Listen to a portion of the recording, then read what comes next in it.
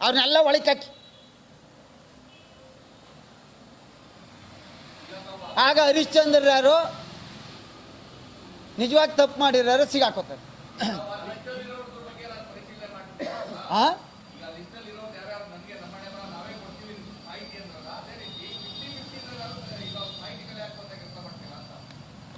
Sir 38 ವರ್ಷ ಆಯಿತು, ನನ್ನ ತಲೆ ಒಳಗೆ ಅವೇ ಹೇಳಿದ್ರೆ ಉಳ್ಕೊಳ್ಳೋದು ಉಂಟಾ? ನಾನು ಒಂದು ಸತಿ ಹೇಳಿ ಹಂಗೆ ಅನುಭವಿಸ್ತಿಲ್ವಾ ಸತ್ಯವ? ಅಲ್ಲ, ನಾವೊಂದು ಸತಿ ಸತ್ಯ ಹೇಳಿದಾಗ ಅಯ್ಯೋ ಅಂದರು. ಈಗ ಇನ್ನೂ 10 ತನಿಖೆ ನಡೀತಲೆ, ಅದೊಂದು ಇದೆ, ಇನ್ನೊಂದು ವಾರ.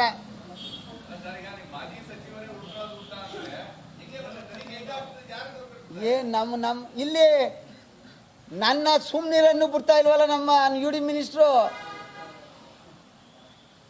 ಈಗ ವಿಚಾರವೇ ಇಲ್ಲ.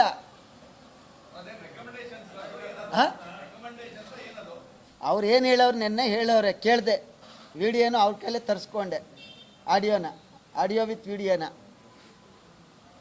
ಎಲ್ಲ ರೆಕಮೆಂಡ್ ನನ್ನ ಕಾನೂನುಬದ್ಧವಾಗಿದೆ, ಆದರೆ ನನ್ನ ಶಿಫಾರಸ್ಸು ಅಂತ ಹೇಳೋರೆ. ನನ್ನ ಭೂಮಿಗೆ ನಾನೇ ಯಾಕೆ ಶಿಫಾರಸ್ಸು ಮಾಡ್ಕೋಬೇಕು? ಆಮೇಲೆ 50-50 ಯಾಕೆ ಬರ್ತದೆ ಇದು? ಈ ಛತ್ರ ಇರೋ ಜಾಗ 50-50 ಕೊಟ್ಬಿಟ್ಟು 11,000 ಇಸ್ಕೊಳ್ಳೇನಾ? ಉಂಟೇನ್ರಿ? ಈ 130/3 ಅದಲ್ಲ, ನಾನು ಚೌಲ್ಟ್ರಿ ಇರೋ ಜಾಗ, ಅದನ್ನೇ ಅವ್ರಿಗೆ ಬರ್ಕೊಟ್ಬಿಟ್ಟು ಈಗ ಅವ್ರು ತಾವು 50-50 ಇಸ್ಕೊಳ್ಳೋಣ. 11,000 1,20,000 ಕೊಟ್ಬಿಟ್ಟು. ಇದೇ ನಂಗೆ ಆಶ್ಚರ್ಯ ಆಯಿತು. ಇನ್ನು ಎರಡನೇದು ಇದೇನು ಅಂತ ನೋಡ್ತೀನಿ. ಇದು ಯಾವುದೋ ಅಂತ ಇನ್ನು ನೆನ್ನಿಂದ ಹುಡುಕಿಸ್ತಾ ಇದ್ದೀನಿ. ಅದು ಯಾರ್ಯಾರ ಹೆಸರಲ್ಲದೆ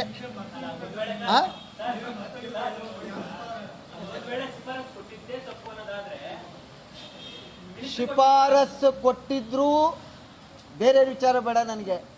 ನಾನು ಕೊಟ್ಟಿದ್ರೆ ಅಷ್ಟು ಸೈಟನ್ನು ವಾಪಸ್ ನನ್ನ ಸ್ವಂತ ಹಣದಲ್ಲಿ ಪ್ರಾಧಿಕಾರಕ್ಕೆ ಬರ್ಸ್ಕೊಡ್ತೀನಿ. ಅಷ್ಟು ಸೈಟನ್ನು ನಾನು ಶಿಫಾರಸು ಕೊಟ್ಟಿದ್ದೆ, ಅದಕ್ಕೆ ನಾನು ಬದ್ಧ ಇದ್ದೀನಿ.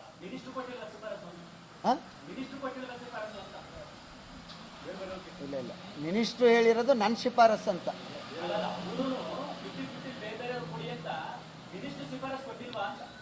ನಾನು ನೋಡಿಲ್ಲ, ನಾನು ಹೇಳಿದ್ನ ಸ್ವಲ್ಪ ರೆಸ್ಟಲ್ಲಿ ಇದ್ದೀನಿ, ಅದನ್ನು ನೋಡಿಲ್ಲ.